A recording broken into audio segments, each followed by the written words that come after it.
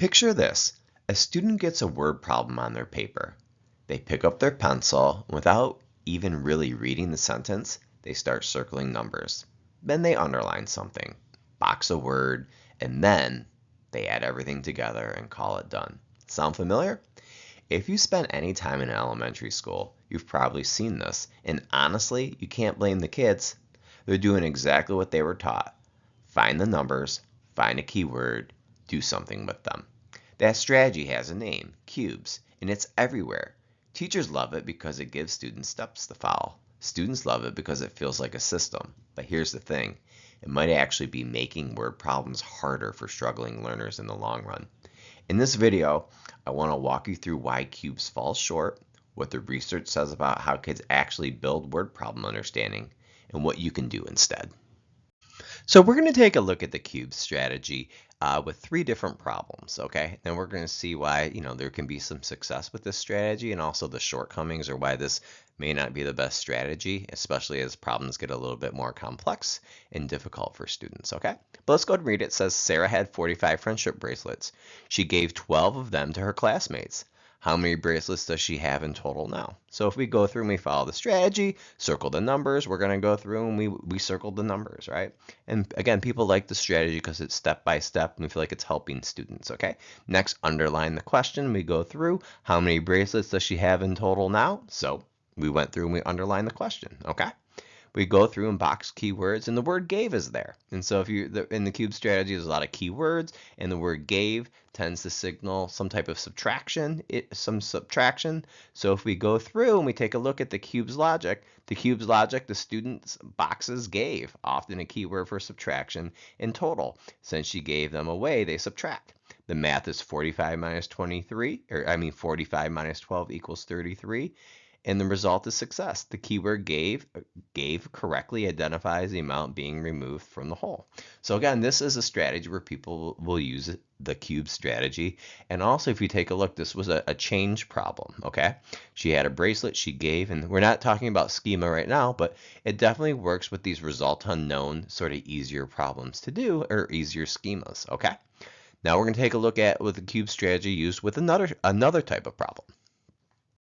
Okay, so let's go through now. We're going to read this one. Remember, this is the cube strategy. We're going to use it just as it's intended, all right? It says, Sarah gave 12 friendship bracelets to her classmates. Now she has 45 bracelets left. How many bracelets did she have in total at the start? So this is known as a start unknown. It's a change problem, but we don't know what the start is. But let's go through and use the cube strategy and see where it leads us, okay? So we have, if we go through and we circle the numbers, and we have 12 and 45. How many bracelets do you have in total at the start? Okay, that's our question. And then if we go through and we find our keyword is gave, right? So from everything that we know about this strategy and the keywords, this should be a subtraction problem. But we know that this is not a subtraction problem. So let's take a look where the cube's logic failed. The student sees gave and left and automatically subtracts. 45 minus 12 equals 33. But the math actually is 45 plus 12 equals 57. So the word gave, though it signals subtraction, it's not the operation which you need to do in order to solve this problem. So the failure is because the student is looking for the starting amount, the whole, they must add the two parts together. The keyword gave description describes an action that already happened, not the operation needed. Remember we talked about in the first problem, it was a result unknown, and that made sense is that a lot of times the cube strategy will work with those lower level result unknown for parts, for part, whole, or change. But when you have a missing part or a missing change, that's when the strategy struggles. So this would lead a lot of students to subtract, and the strategy didn't work. So we have 2 problems, very similar, and also on standardized tests, a problem like this is much more likely to occur than the first problem too. So let's take a look at what the cubes looks like in one more strategy. And here's the last one now, okay? And it says, Sarah has 45 bracelets. This is 12 more than the total number of bracelets her friend Maya has. How many bracelets does Maya have? And so if we go through and we circle the numbers, right? And we go through and we underline the question. So we circled our numbers. How many bracelets does Maya have? And oh, There's 12 more than the total number. We know that more tends to be a signaling word, so let's take a look if the cube's logic work. The student boxes more in total. These are classic addition keywords, and they calculate 45 plus 12. The math is 45 minus 12. The word more is being used to compare two people. Again, this is a comparison problem. It's important that students understand the schema of each one, because if they understand the schema, they'll be able to figure out the math. If they don't understand a comparison, a change, or a result unknown, this is why these strategies such as cubes or FOIL or any acronym is really going to fail if it's not really looking at the schema and teaching kids how to logically look at it. So think, we had the cube strategy, we looked at 3 problems, and we had about a 33% success rate with it. And that was when it was using just the most basic result unknown or change unknown type problem. Once you get to missing parts, or this an unknown start or unknown change or an unknown part, that's when the strategy really begins to struggle, because the language doesn't always match what's going on. And we're going to take a look at these 3 problems we just did now in a few minutes at our strategy that we use, and how it can be a much different experience for students when you're focusing more on schema than you are on keywords. So there's a strategy out there that sort of was developed as the anti-cube strategy, because the cube strategy has such a high rate of failure for so many students, especially when the problems get more difficult. In the 3 reads protocol, it's read for context. You read it 3 times. First, you read for context, no numbers, no question. Then you read it again for the quantities and their relationships, and still no numbers, still no question. And then you read to determine what mathematical questions we could answer. So this is basically a strategy that was developed to stop the harm that was being done by the cube strategy. And there's a really good part to it. Like, one, it's you read it each time for a different reason, right? So you're reading it for context, and you're reading it for the relationship to the quantities, and then you're reading it to determine what you're supposed to answer, right? It focuses on language first, not the numbers, and relationships between the language and the numbers. The downside of this strategy is, one, the entire strategy is very subjective. Self-monitoring is involved. If you tell students to read the problem 3 times, they may read it, but each time they have to self-monitor. Oh, I'm reading it for context. Now I'm reading it for understanding. Now I'm reading it to determine mathematical equations and mathematical questions we can answer. It skews towards older students and requires strong metacognition, which means students have to be pretty good readers too. And it's a difficult transition from whole group to independent practice. However, the thinking of this is correct in you're not focusing on keywords, you're not underlining things, you're not circling things. The focus is really comprehending and understanding. So what we knew we had to do is somehow create a strategy that had the predictability and the structure of the cube strategy, because that's why so many people use it, because it at least gives your students something to follow along the way, okay? But also with using the 3 reads protocol, which is the ability to read for context and understanding and look for the relationships between the numbers and determine the mathematical questions we can answer, where you have one that's a very concrete strategy, this one's a much more abstract one. And what we did is we really blended the two to take the best parts of both strategies. And so what we came up with was the cub strategy. And no, it's not just the cube strategy minus the E, because these letters mean something very, very different. So the first one is they're reading the problem multiple times. So the first one is you read it and it says comprehend. Say what's happening in your own words. So before students go through and they start plucking out numbers, they're going to read it and you're going to ask them, okay, read this and tell me what's happening in it, okay? Then the next one, the U, is understand the schema.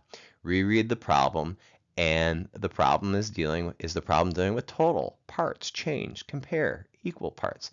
And remember, this U is very difficult. There's a ton of curriculum that supports this. This isn't just a poster. There's a lot of curriculum and instruction that comes before you do this. If you just pull this strategy out and don't have the activities and the posters and the numberless word problems and build yourself up to this strategy is not going to work, because there's a lot of curriculum to support this. Then the next one is reread and build the schema. This is when they go through and they'll figure out what schema it is. They're going to use their graphic organizers, and then they're going to build the problem using the graphic organizer.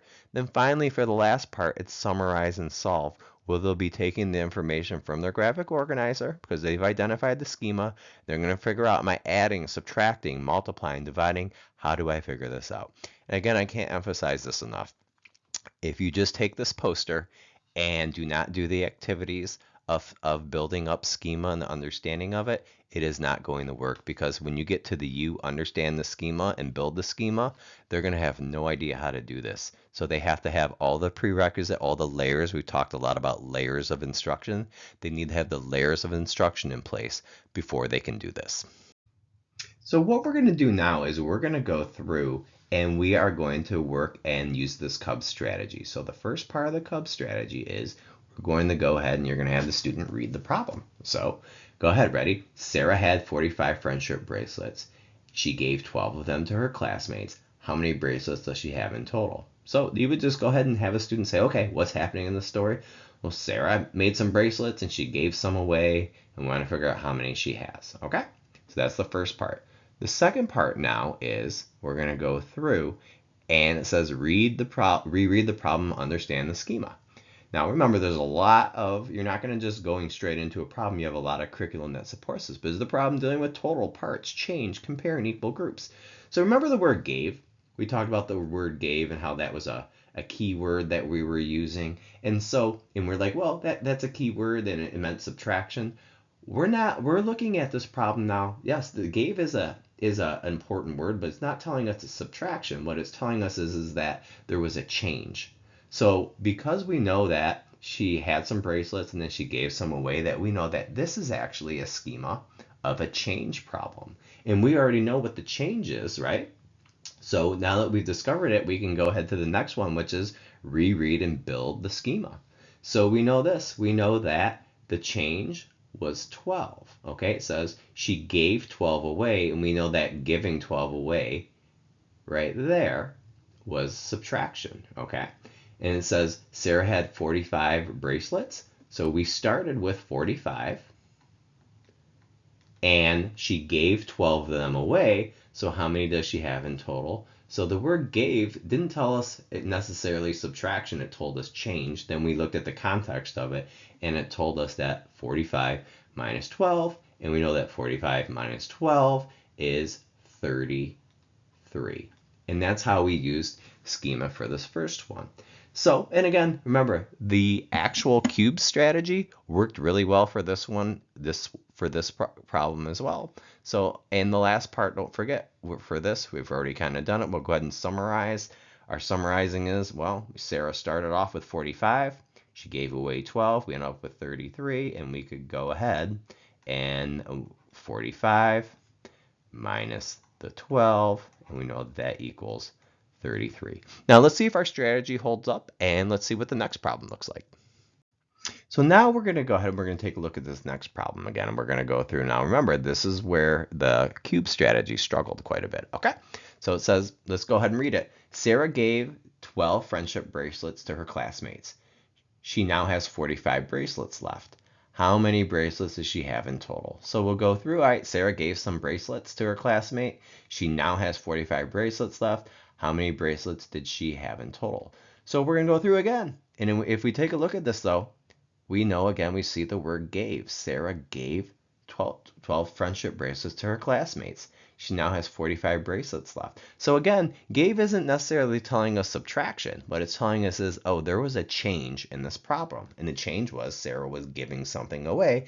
So we would go through, we explained, comprehend what was happening. Now we're going to go through and we're going to reread and identify the schema. And again, is this dealing with parts or change or compare or equal groups? And we know that from our experiences that there was change again. Okay, so we'll go through and we know that the change was Sarah gave 12, so we know it's 12. So let's read it again. Now we have to build the schema. It says Sarah gave 12 friendship bracelets to her classmates. She now has 45. So after the change, right? After the change, she has 45. So 45 is now our end right here. So what we have to figure out is, now she has 45. How many bracelets does she have at the start? So we're trying to figure out how many bracelets does she have at the start. So we know this. She had some, right? We don't know how many, but she had some to start with. She gave some away, and we ended up with 45. So we end up essentially with a number minus 12 equaled 45. Now think about this.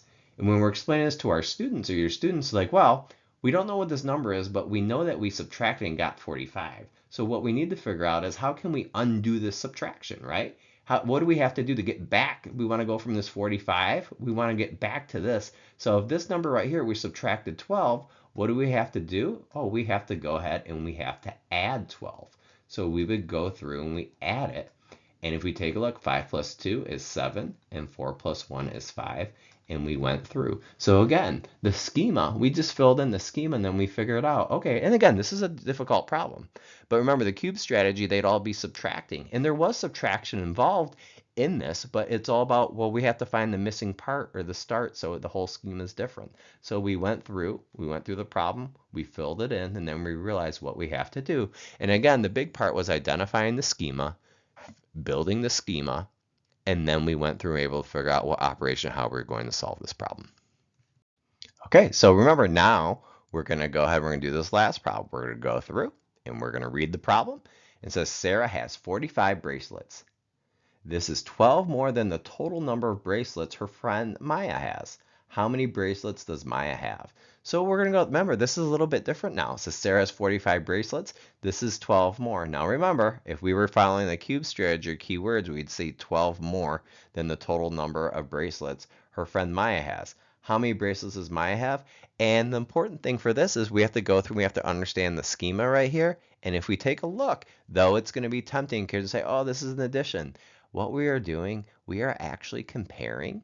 This is a comparison problem where we're comparing how many Sarah has to how many Maya has. So when we have two things that you're comparing in it, and we want to know how many bracelets does Maya have, this is actually a comparison problem. So we would go ahead now and we're going to go, we've identified that this is a comparison problem.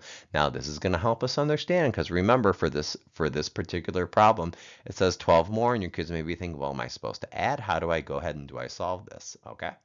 So we know this now. When we go through, now we have to go through and we're going to build the schema, okay? So compare the greater. Well, what is the greater number right here? And it says Sarah has 45 bracelets. This is 12 more than the total. So we know that the greatest number we're dealing with is Sarah. And what Sarah has is Sarah has, I'm going to write Sarah in here.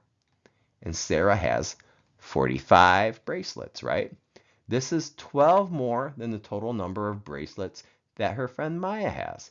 So we don't know exactly how many Maya has at all, but we do know that the difference, so we're going to go ahead and put Maya right here, and we don't know how many she has. We just know that Sarah has 12 more. So if we look at the difference, we already know the difference is Sarah has 12 more. So again, if Sarah has 45, right, we're building the schema, and we don't know how many Maya has, and we know the difference is 12. So now we have to go through, and we're going to go through, and we're going to solve. And we have 45, and the difference was 12. So we have to say, okay, if Sarah has 12 more than Maya, Maya has 12 less than Sarah. So we go through, we built our schema. We have the 5 minus 2 equaled the 3, and then the 4 minus 1 is 3, and our answer would be 33. And again, this isn't something where your students are going to do it day one and say, oh, that's a comparison. This takes time. That's why there's an immense amount of resources to help your students understand how to do this and identify the schema. And once they can identify the schema and figure out the greater, the lesser, the difference, and fill in the parts, it gives them a chance at solving these really difficult, more complex problems where the cube strategy just will not work for these, because a lot of these, the keywords, you're actually doing the opposite, so you have to logically break it down. And this is why the Cub strategy is a very efficient strategy. And if you take a look, it's all about trying to identify the schema, right? And remember, it's not the strategy that's going to be great for the kids. It's that there's all the curriculum that backs up this strategy that's going to support them along their way.